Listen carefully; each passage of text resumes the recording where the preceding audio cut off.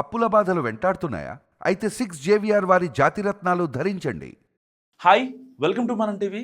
నేను మీ మనోజ్. కృష్ణా జిల్లా నాగాయలంకలో శివమహిమ బయటపడిందని భక్తులు చెప్తున్నారు.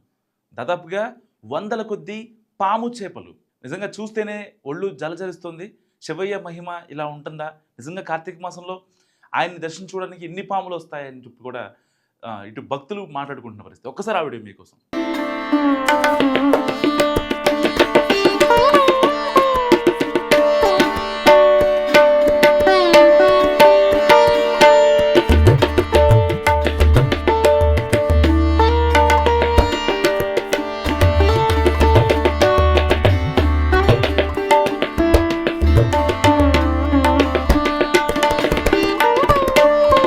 చూసారు కదా, వందల కొద్దీ ఆ పాము చేపలు, వాటిని ఈల్ చేపలు అంటారని కూడా కొంతమంది చెప్తున్న పరిస్థితి.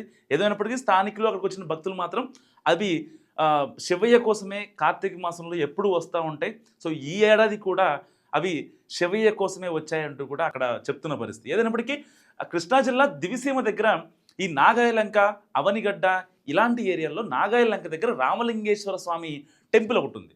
సో ఆ టెంపుల్ చాలా ప్రాచీనమైంది.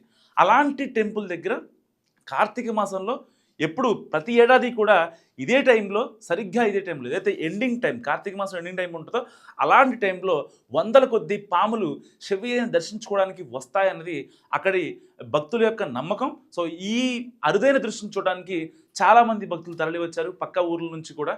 సో ఏదైనప్పటికీ శివయ్య మహిమ ఉంది. ఆ శివయ్యని దర్శించుకోవడం కోసం పాములు వచ్చాయి, చేపాములు వచ్చాయి అని అక్కడ భక్తులు చెప్తున్నారు.